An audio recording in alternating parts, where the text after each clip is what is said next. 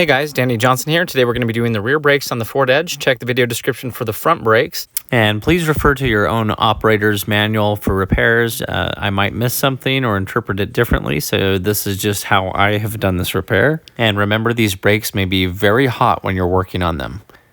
Now for the rear brakes, if you have the electronic parking brake, like the switch, we do have to put it into park brake maintenance mode or we could damage the system. Okay, so to put the vehicle into brake service mode, you're going to turn it to accessory where it's not started. Then you're going to hold the gas pedal down.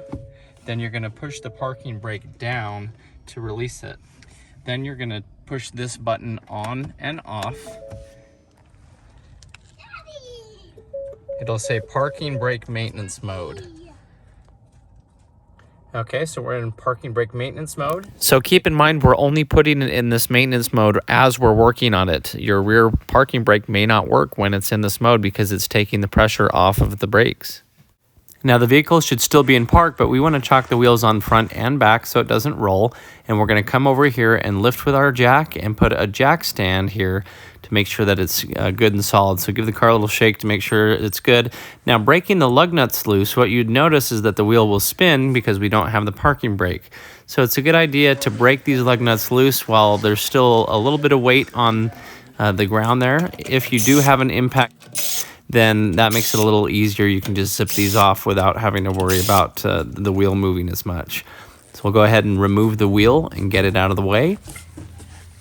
Next we'll come in, and this is our brake caliper here. We're going to go ahead and find these two pins here on the back. So you'll take a flathead screwdriver and just pop these caps off, and they're guarding our hardware here. So we'll do one at the top and one on the bottom. And so as we pop these off, it exposes our hardware. Now this actually uses a 7mm Allen hex. So check the video description if you don't have one of those. I'll show you where to get it. It's not too common to have these in your toolbox. And we're going to take off the bottom and the top one here. So we'll go ahead and break those loose. And then we can take a pair of pliers and pull these out. So we can get both of those out once they've been loosened up. Now for the little bracket pin here, we'll just pop it off. So we'll show you that again in slow motion here. Just make sure it doesn't fly off and hit you. Now you can cover this with one hand so it doesn't go flying across the room. But basically we just need to pry it out until you can get one of those ends out. Now we can slide the caliper off of the rotor, and it has the pads inside still. Now on this, we want to make sure that we're not twisting any of these lines, especially with the electronic brake part on the back. We don't want to damage anything. And to get the rotor off, we have to take off this bracket. So we have two 15mm bolts here. We'll go ahead and remove both of these.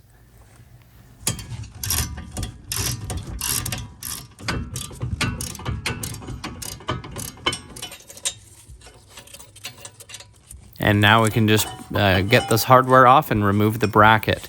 Now this is where we could get the rotor off. So if you want to put some lug nuts back on, leave some space so that they're not tight, then you can come and whack this with a mallet here.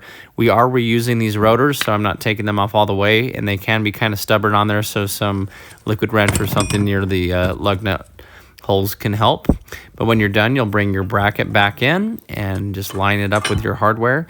So with the hardware, we're going to go ahead and add some of this blue Loctite thread locker. So just put a little bit on the tips there, and we're just going to line this up, and a ratcheting wrench really helps if you have one. So we'll go ahead and tighten these both down and torque them. Check the video description for specifications on all that. And now with the pads, here's our old pad. The one that's closest to the inside had that spring. I did have to use a punch to pop this one out, and it does not have the little spring on the top. So that's the orientation. Now from under the hood, we're going to go ahead and pop the hood here and take off the cap to the brake master cylinder reservoir.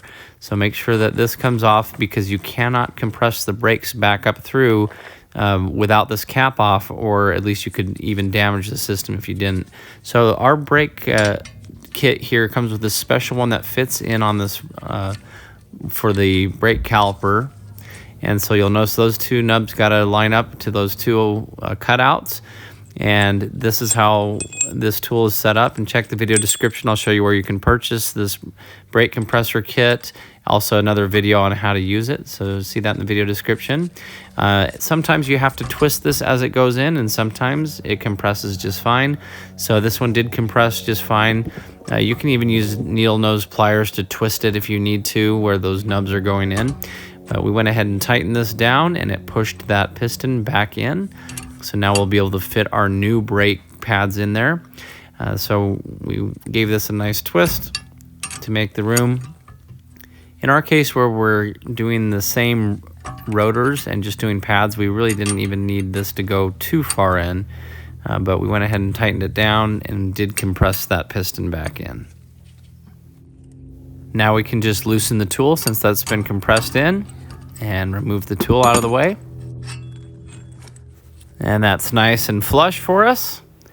Now we'll take some of this red and tacky grease, and this part is somewhat controversial, so apply it how you would like. We put a little bit of grease on the ends here and the back side where metal will touch metal, but you don't want too much where it will get onto the brakes in any way. Now we're just going to bring our caliper here and slide it back on. This is on the passenger side now, so just had some better footage, that's why it switched. But we're going to go ahead and slide this into place. And once it's in place, we can line up our hardware, make sure our lines have not been twisted or damaged in any way. And now we can put our bolts back through to line each of these up to the bracket and tighten them down.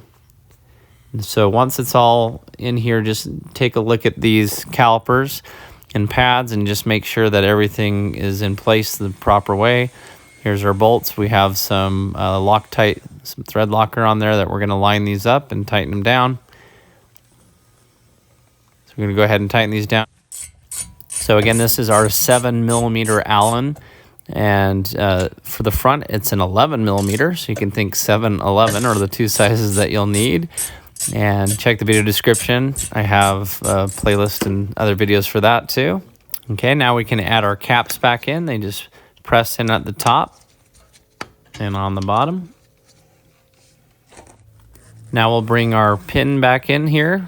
And so what I found useful was just to put one side in here, make sure that it's going underneath.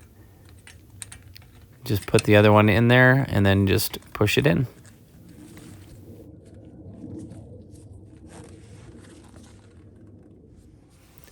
Now we can bring the wheel back in, lift this into place.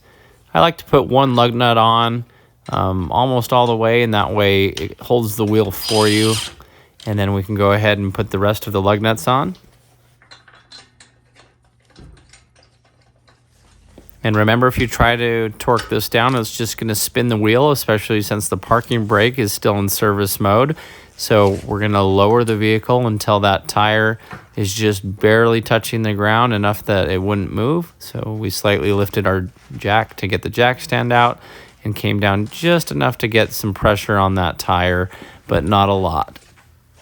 And we're torquing this down to 162 foot-pounds in the star pattern, so every lug nut across from the other one. And so just check your owner-operator manual to make sure your specification is the right torque rating. And don't forget your lug nut key. Now, as we're doing this, the fluid level will come up and down. We just want to make sure it doesn't overflow, and when you're done, that you have enough fluid in there that it didn't bring in any air pockets. And now we'll put our brake master cylinder reservoir cap back on and tighten it all the way down. We want to check this fluid level too after we've driven the car around. Now that it's in park brake maintenance mode, we're going to take it out of that. So we're going to do the same thing. We're going to turn the vehicle off. We're going to turn it to accessory, hold the accelerator down, and then we're going to pull up on the parking brake. And then come over here and push this button on and off. Keep holding up on it.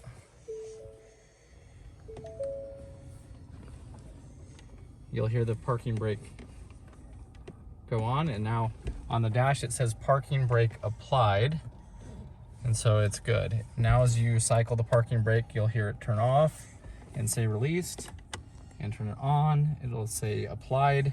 If it's in maintenance mode, when you try to turn the parking brake on and off, it will just flash and tell you you can't do that.